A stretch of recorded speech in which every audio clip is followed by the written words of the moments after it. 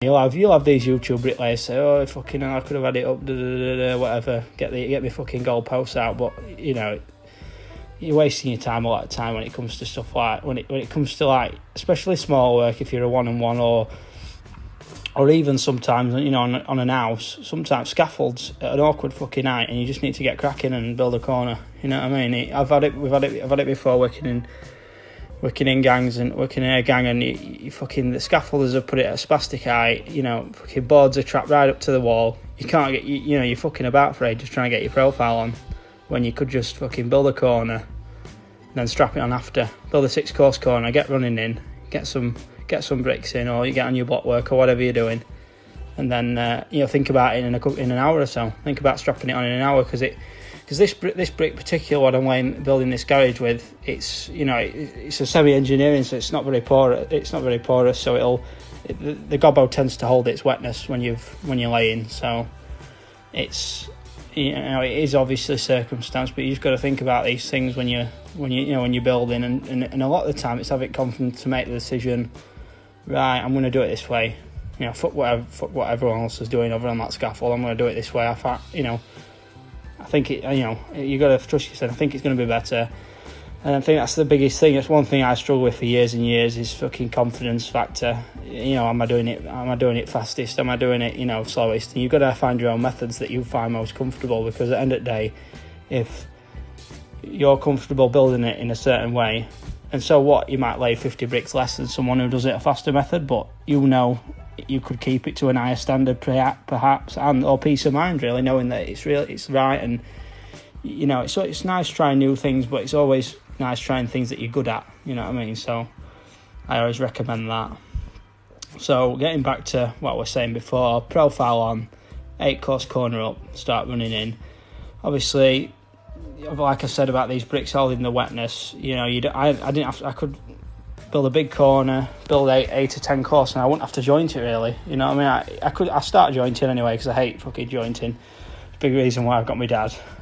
It's just made in jointing. I'd rather just be laying a brick. You don't get paid for jointing it, but you obviously, you know, it's the finished product. But it's something that you've got to keep on top of, especially when you're on your own. If there's 2 of you in, obviously it gets done twice as fast, so it's easier. But I've found if you keep on top of your joint, it just doesn't seem like a gargantuan task when you've laid fucking 300 brick and you've got to now joint it all up, especially on a garage where you're jointing both sides, unless it's like a cavity. You know, if you're building like a cavity wall garage with a block work inside.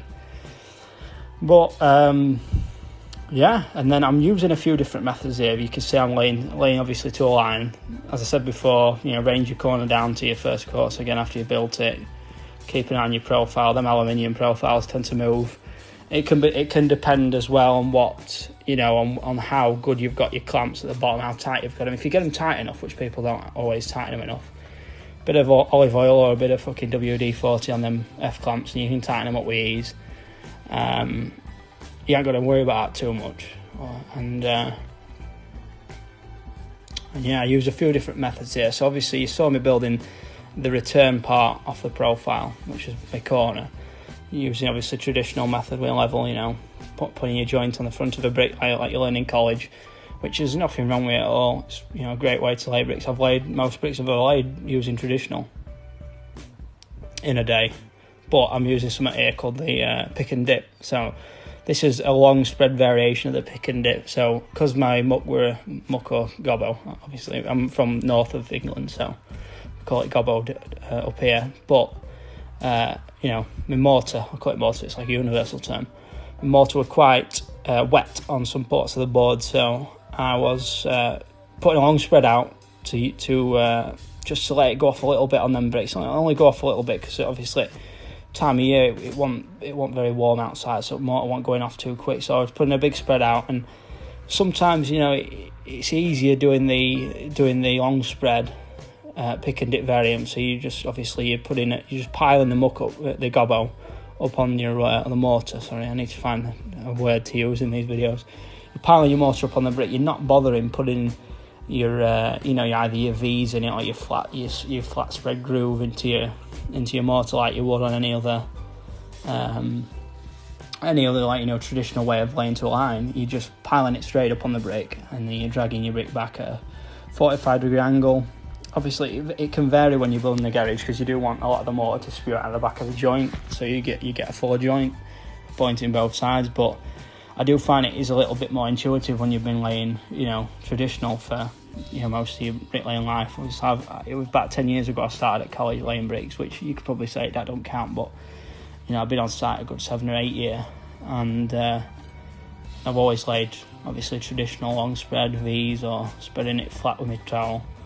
But I don't even now, I tend not to, unless I'm doing more precision work like corners, I don't even tend to put a groove in the gobbo anymore. I just pile it up on the wall.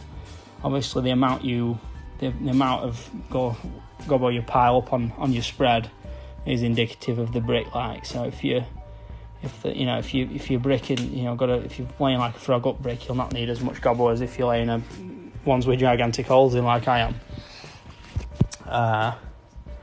But obviously, with the long spread, it just feels more natural to a traditional style of bricklaying. But I do like the normal standard pick and dip method, which you'll see me using throughout the video. I think I used it all the way through the first few clips, but I didn't go into detail. But I will make I'll make a follow-up video. I'll try to get a bit more footage sometime next week. Building the other side of the garage, but I think scaffold's in the way at the moment.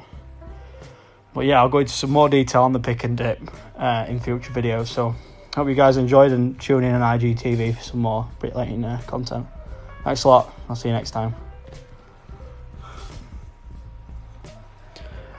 Before I finish, I just thought I'd extend the clip a little bit longer. I just wanted to reiterate about the pick and dip, that you're dragging your brick back on the mortar to form your perp joint. Obviously, you know, there's a lot of videos on YouTube you can look into more detail, but I'll make a detailed video, you know, stating my experiences with the pick and dip and what I've seen and experienced that people don't actually talk to you about in these tutorials on YouTube, because there's some things they just don't tell you that make a lot of that just give you a bit of peace of mind of when using this new method. Also, I'll make to watch part 2. Just go onto my IGTV, GTV page, you know, my Instagram page, and just watch part 2. I've got some music voiced over it, music over the footage, so you'll see some more pick and dip action. But I was getting a lot of copyright infringement, so I've had to obviously try to use a bit of neutral music off iMovie. Alright guys, thanks a lot, and I'll try to keep making more videos, because it just makes my job a bit more interesting, making a video now and again, you know, setting camera up. Especially now good weather's coming, it's going to be easier, you know, to set camera up a bit on a morning and stuff. Alright guys, thanks a lot, and I'll see you in some more some bricklaying content. Hopefully get a video of me building some walls and some pillars, a few pillar tips as well. I hope to help a few apprentices or improvers out there who are getting better when I become a full-fledged bricklayer. Anyway guys, thank you. I'll see you next one.